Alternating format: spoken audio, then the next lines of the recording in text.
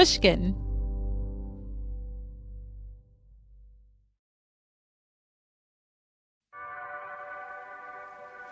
Before we get started, let's talk about Pushkin Plus. Pushkin Plus is a subscription podcast program available on Apple Podcasts.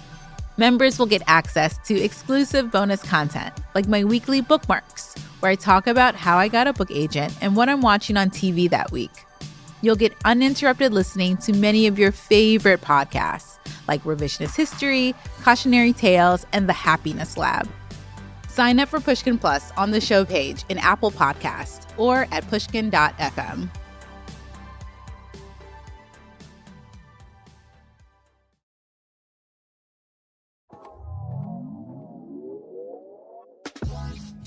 I wrote the book because I had just an existential crisis of meaning. After Breonna Taylor, Ahmaud Arbery, George Floyd, the elections. That's the singular voice of Viola Davis, actor, producer, and author, talking about her new memoir, Finding Me. It was just a real crisis of meaning. And when you have a crisis of meaning, what ritual, what tool do you have to find it? For Viola, that tool is writing. It's what she uses to assign meaning to the things happening in the world and in her own life.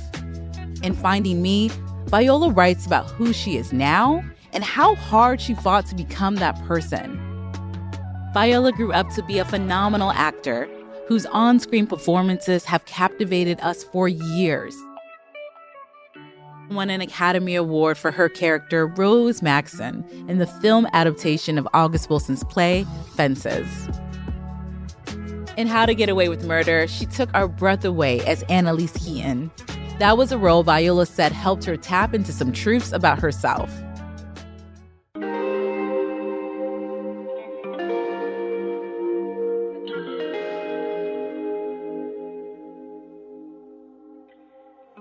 Welcome to Well-Read Black Girl, the literary kickback you didn't even know you needed.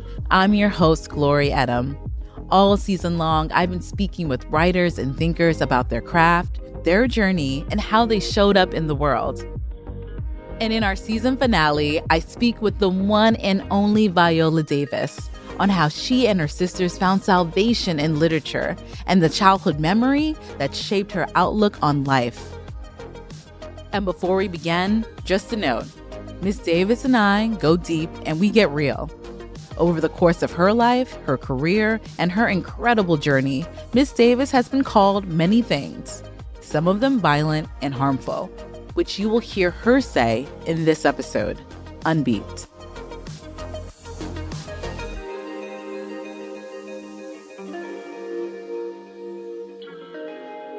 Can I call you Viola? Is that okay? Absolutely. Please do. Thank you so much for being here, for writing this amazing book. It is just so extraordinary. Thank you. And I heard it in your voice. I heard every single word in your beautiful voice. Oh, wonderful.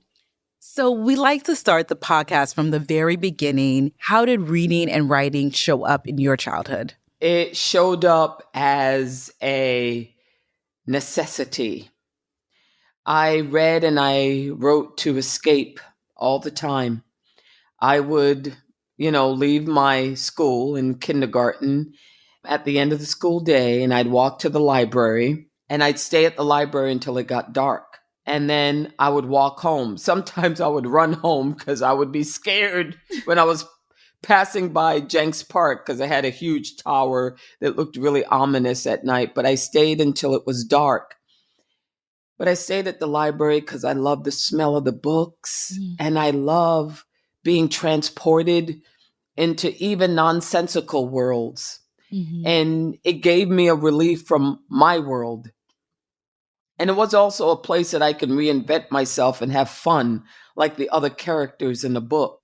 The children's section of the library was in the basement with these big, colorful bean bags and toys and all the books. It was Willy Wonka. Yeah. And I wrote to relieve my mind, whatever stories I had. I just would regurgitate on the page I would create characters that I always wanted to be. Mm-hmm. It sparked the powerful, powerful strength and aspect of imagination with me. And I did it as much as I could. I also enjoyed the conversations and just the interactions you have with your sisters. I am a big sister. I'm the oldest. And I did so much going to the library and reading stories to my brother. And it was wonderful to witness that engagement and that level of just intimacy that you have. Mm-hmm. How did your relationship with your sisters influence your love of reading? How did that all come together? Well, it was really my sister Diane who sparked the joy of reading. Because the first thing she said was, you have to figure out what you want to do with your life if you don't want to be poor like this. And so her way was education. And we got this little desk that we purchased at Salvation Army at the time. And I would sit in there. And every time she would come back from school, because she was the oldest, she would teach us what she had learned that day. And I mean, she would lean in. I mean, seriously lean in with the multiplication table, with reading, with writing. I mean, everything. And she really sparked it for me. And for my sister Anita, my sister Dolores, my sister Danielle came later. And we knew that that was the portal to choices, the portal to possibilities. And it gave us something to do. And also with my sisters, it was a safe space because I knew they loved me. Yes. You know, they were the first people that gave you unconditional love and support and saw your mess. You know, we all dreamed together and we all wet the bed together. You know? Was there an author that really spoke to you when you were in the library that like you knew immediately that, okay, this is a voice or a story that I connect with immediately? Oh, gosh. I mean, when I was just 5, the writer that spoke to me was Dr. Seuss. And only because it was nonsensical. And it felt like that was the only world that I got an immediate invite to in my brain because it was nonsensical. And at that time, you know, this is in 1969, 1970. The other stories was see Jane run. Jane has a dog, and Jane was always blonde with little pigtails, with the little brown dog and the picket fence. And I didn't have any way into that. I just didn't. I would try to because I wanted to be Jane until I realized I'm not Jane.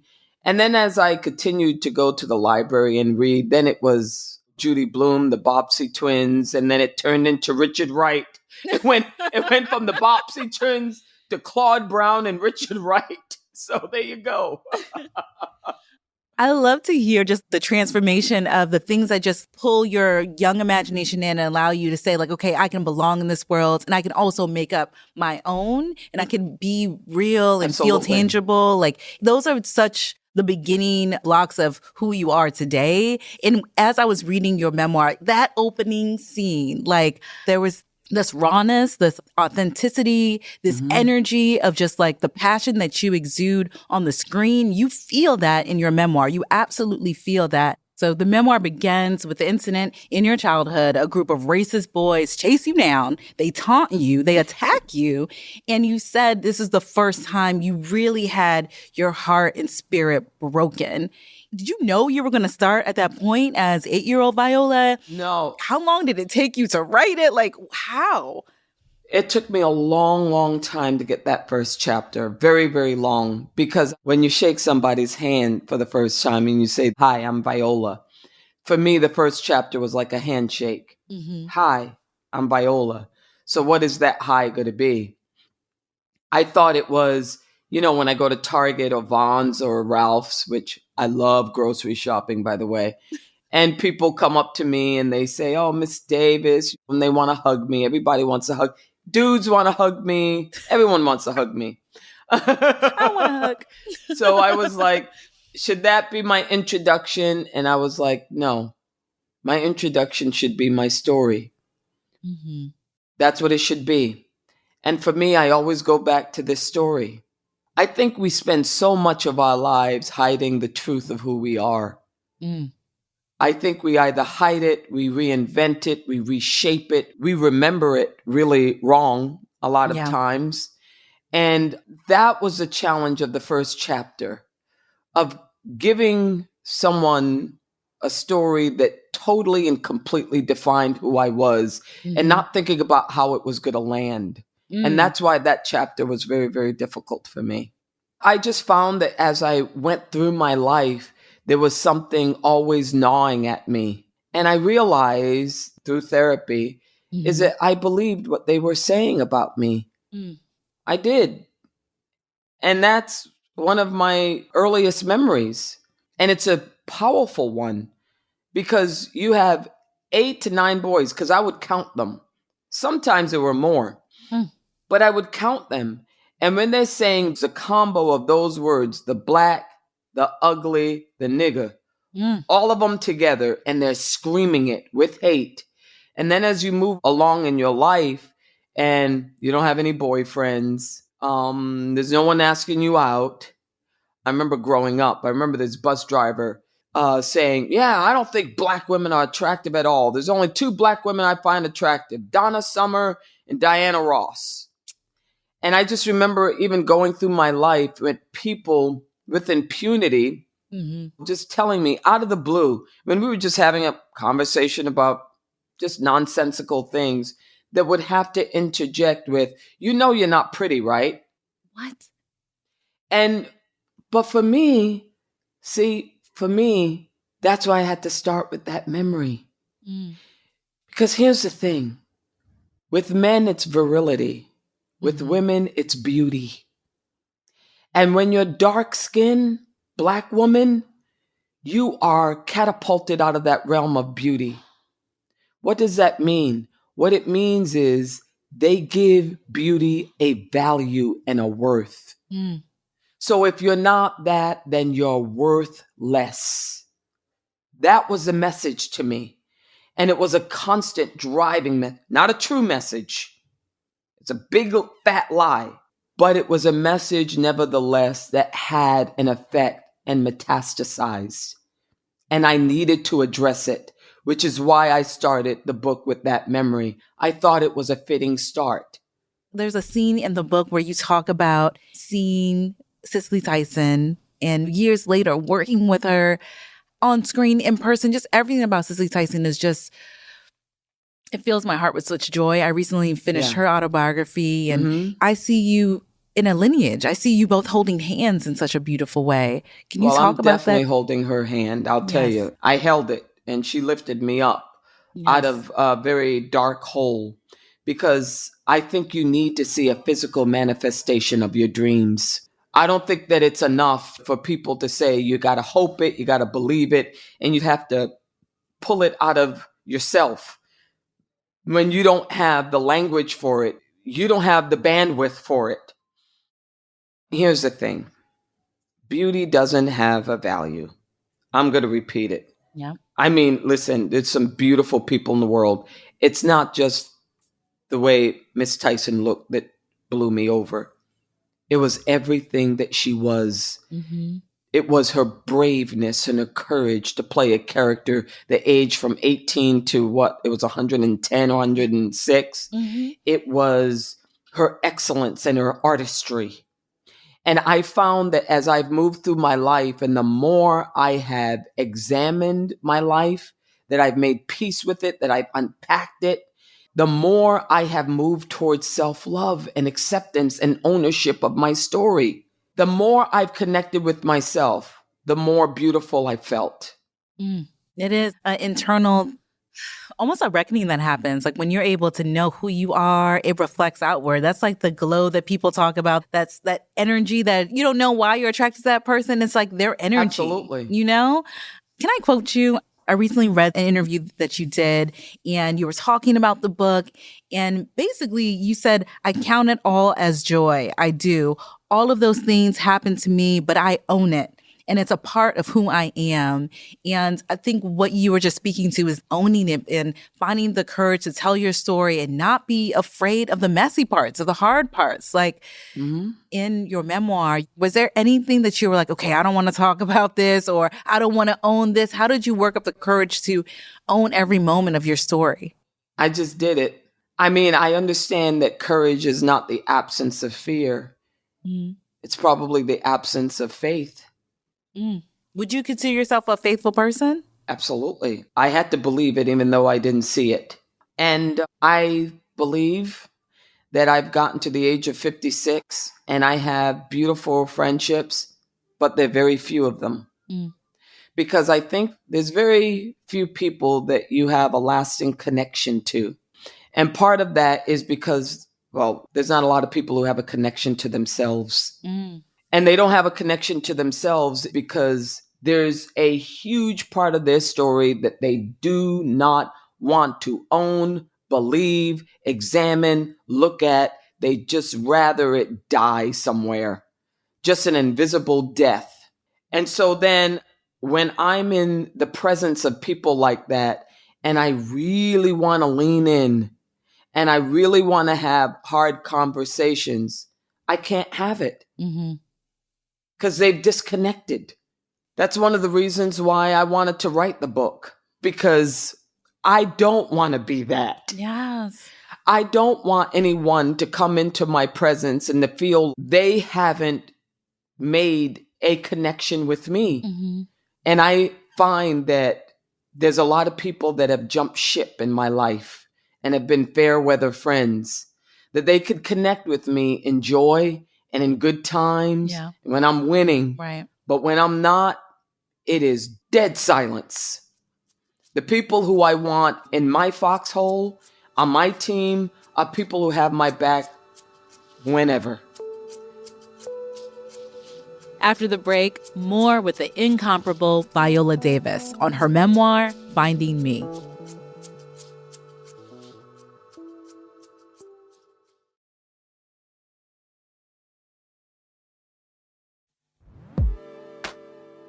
I'm Glory Edim, and you're listening to Well-Read Black Girl. Today, I'm talking to actor and author Viola Davis about her writing ritual, how acting and writing works for her, and what she considers her legacy.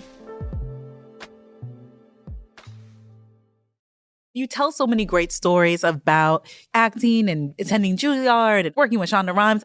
Some of your most notable characters have had, little screen time, but you've had like a huge impact. I'm thinking of Doubt. I'm thinking of Miss Miller. And in the book, you talk about how you wrote the 100-page biography of who this character was. Was this something that you learned at Juilliard, or was it something that you just decided to try to get a fuller understanding of the character? That is the actual process of being an actor. That's how you find a character. You start with the given circumstances, everything in the script that says something about your character, how she's dressed, what she looks like, and that's the Bible. Those are all your stats. Yep. And then you have to fill it in with life, right? I mean, you yourself have your favorite color. What's your favorite book? What's your worst memory? What is the deepest, darkest secret you ever kept? When were you born? What do you live for? What's standing in the way of what you live for? All of those things you have to ask yourself. And then you write a bio so that by the time you are on that set, you're armed with so much information that you have slowly become that character, whoever that character is. Now, I say it all the time. If someone were to do a biopic of my life, if they went to my husband and even my daughter, you're still only going to get 40 to 50% of who I am. Who you are is so vast. There are the stream of consciousness, your day to day, that you never share, even with the person that you love the most. Maybe a dark thought that comes up, or a happy one, or a salacious one. I've lived 56 years on this earth. There may be one thing that I've forgotten that someone will remind me of, or something that I remember that I would never share with anyone. because I find that maybe you don't need to know and I'm trying to forget. But all of those things make you who you are. So you can't write enough. You can't discover enough. You can't unearth enough to create a human being. I feel like I'm going to cry because I'm just like, everything you're saying is so on point. It's like what we need in order to tell our stories and in order to heal ourselves. And you described your acting profession as a healing wellspring. What do you mean by that? Meaning you have to become a human being. You have to become another human being. So you have to rely on life, what you have observed in life. You got to be vulnerable. You got to totally open yourself up. I played a crack addicted woman, Ava Mae, in Antoine Fisher. Mm-hmm. A lot of people say crack addict as if it explains everything. Well, no, it doesn't. Right. She has a name. She has a past. She has desires. She has regrets. She has all of that. And for me, filling that up and making you believe that is relying on things within myself, even things that have happened that I've observed in the past, that I have to be vulnerable and allow my emotions and those private emotions to seep through on camera in public. So it is like a therapy session using the character as a conduit to express that. And that is extraordinarily healing. Everything you're saying is just so on time right now. I want to talk about your film that you're going to be bringing into the world, The Woman King. I'm so excited for it.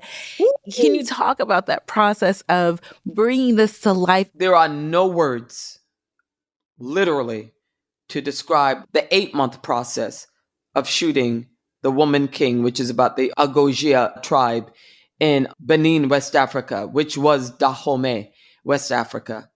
There are no words of looking at, first of all, the scope of the set design, the faces of all the black and brown people on that set, the warriors, there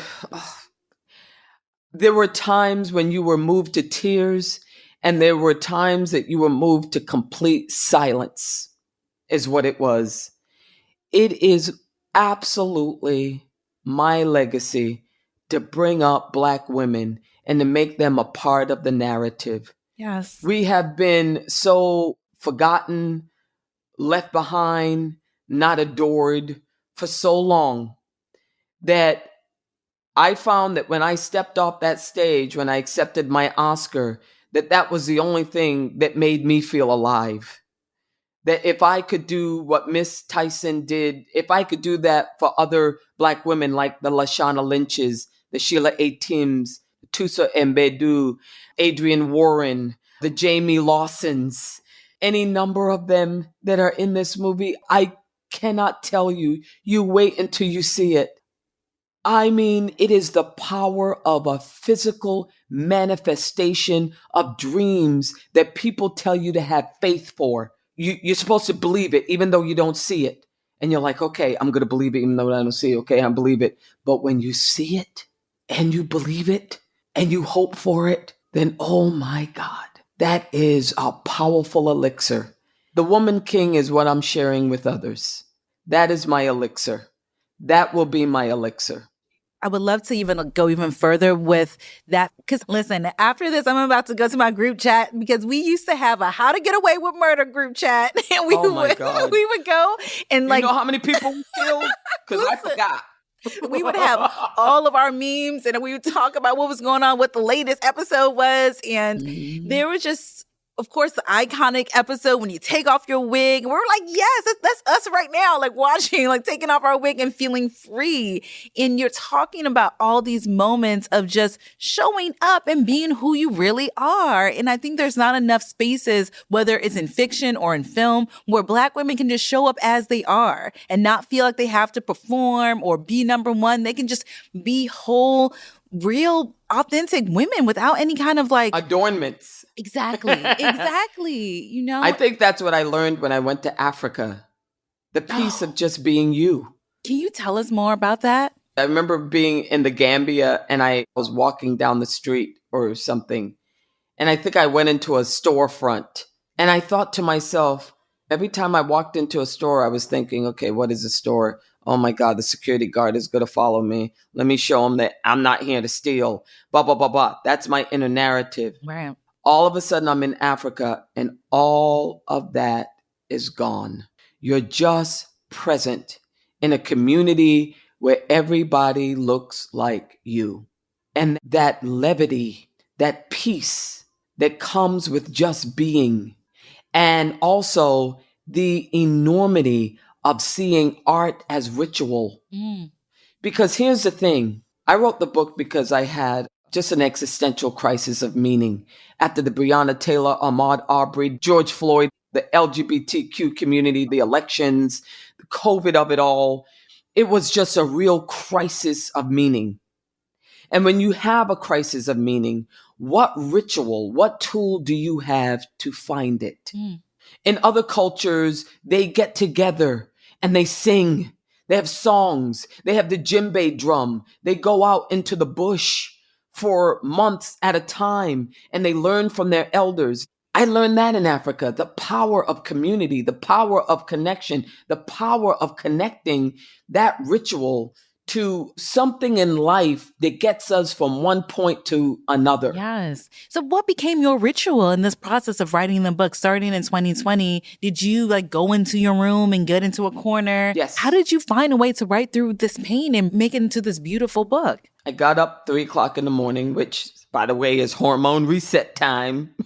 That seems the time that everybody wakes up, 3 in the morning. So I would wake up at 3 in the morning and I would come to my movie room because it's soundproof and I would be in the dark with my computer and I would write for 3-4 hours or more at a time. And I would just write. I wouldn't edit at all yet. I just regurgitate, just write. And I'd write a memory that came to me. And then I would stop and I would breathe and I'd get a cup of tea. And then if I thought of something again, I would put a little notepad next to my bed with a pen and I just write down one word that would unlock something. Or I would call my sisters and ask them about a story because sometimes we remember things wrong. Right. We remember things that fits our needs at the time, whatever that is. And that would be my ritual. Now that the book is out, what do your sisters think? Did you allow them to read it or is it going to be their first time reading it? Oh, most definitely. Okay, yes. Oh, yeah. You I will? allowed them to read it. I just feel like truth is so absolutely cathartic. I really do. And I tried to tell the truth as much as I could, as much as I could remember. But I also think that in the book, you see my love for my sisters. I think that you see that I'm honoring them. I don't think that you honor people by filtering out what you see as the bad parts, because that's an apology. That's not an uplift. Yeah. I see all of who they were and all of what happened to me, and I celebrate that. I didn't find out until I was 53 that young Viola was a survivor. I thought that she was just a pain soaker-upper. I didn't know that literally for me, my life has become all the stages of my life where I went through a radical transformation. Like I went from one point to another, that all of that counts as my relay race. The 6-year-old passing the baton to the 14-year-old Viola and saying, I ran my leg of the race. I was a little shoddy. I said a lot of bad words, but listen, I got here. Yeah. And the 14-year-old Viola passing the baton to the 28 Viola who said, you know what? I thought I grew up. I have my degree. I'm at Juilliard. I just graduated, but there's some things that I really need to work on. So I accept the baton. And then that 28-year-old Viola passed the baton to the 34-year-old Viola who met Julius and who wanted to accept an intimate relationship in my life. And I wanted to be able to give to it and contribute my 100%. And then that Viola passing the baton to the 40-something-year-old Viola who had the hysterectomy, who then became a mom at 45, and that's what life becomes. At each stage of your life, a reassessment, because there are a new set of obstacles with each stage that you face. And my book became my ritual. And it also became your legacy in such a powerful way. But, you also mentioned that part of your legacy is forgiving your dad and forgiving who you were as a young person and saying like, okay, I am a survivor. I am able to do all these beautiful things and keep moving forward in my life.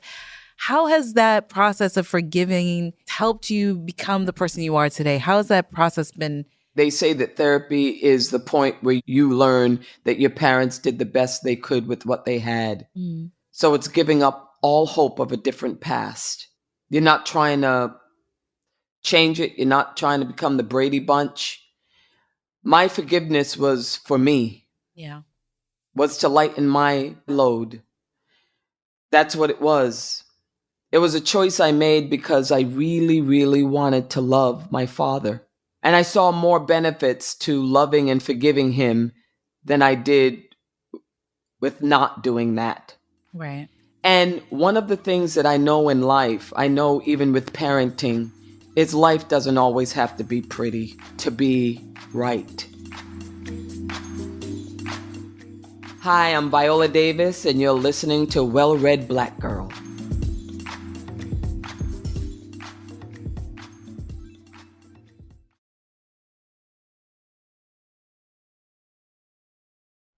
It's time for rapid fire. Pew, pew, pew. So you just gotta, the first thing that comes to mind. I'm not great at this. I'm going to be better. We made it easy. So it's the first one is, are you an introvert or you are extrovert? Introvert, absolutely, without question. Cats or dogs? Dogs. Love dogs. Out of all the characters you've played, who would you play over again? That's a hard one. I'm going to say Annalise Keating. I miss her. Oh. I do. Go-to cocktail. Oh my God. I'm going to have to say sparkling brut wine, champagne. Ah, yes. Always a celebration. Yeah. This one's a little bit longer, so you'll have some time. You say in the memoir that you have considered being a teacher. If you had to teach, what subject would it be? It would have to be English, because I was an honor student in English, and I was going to major in it in school until I decided to be a theater major. I love books, and I love words, and I love plays. I love all of it. So I would teach that. You've made a billion English teachers so happy to hear that. That was wonderful. Thank you so much for coming on the Well-Read Black Girl podcast. We are so appreciative, and congratulations on your new memoir. Thank you so much. Thank you. Okay, y'all, wow. I am still buzzing from my conversation with Viola Davis, the Viola Davis. I can't believe those words are coming out of my mouth. To have the opportunity to be in conversation with such an icon is a blessing. Her memoir is an unfiltered look into her entire life, and she gives us courage to examine our own stories. Viola's beautiful story is centered on overcoming the obstacles of her life, and she wants us to embrace the full pain and joy of being alive. Finding Me by Viola Davis is out now, so pick up a copy.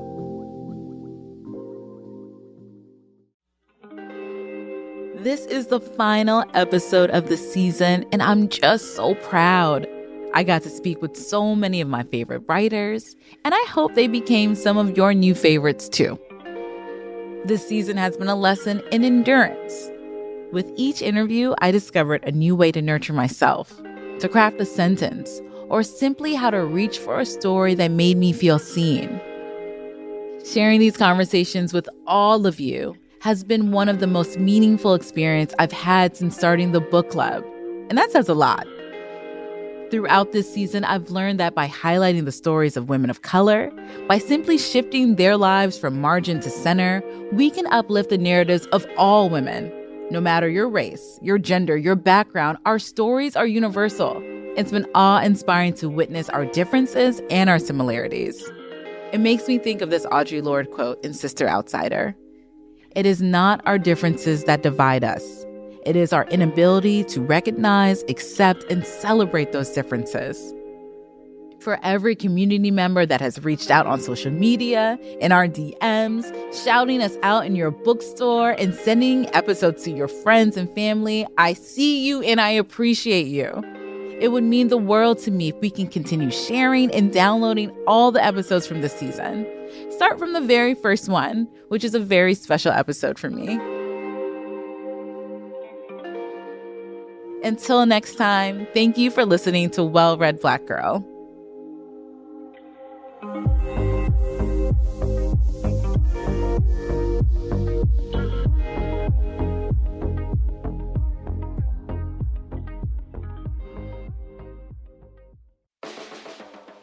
Well-Read Black Girl is a production of Pushkin Industries. It is written and hosted by me, Glory Edim, and produced by Cher Vincent and Brittany Brown. Our associate editor is Keishel Williams. Our engineer is Amanda K. Wang. And our showrunner is Sasha Matthias. Special thanks to Vicky Merrick and Lisa Dunn.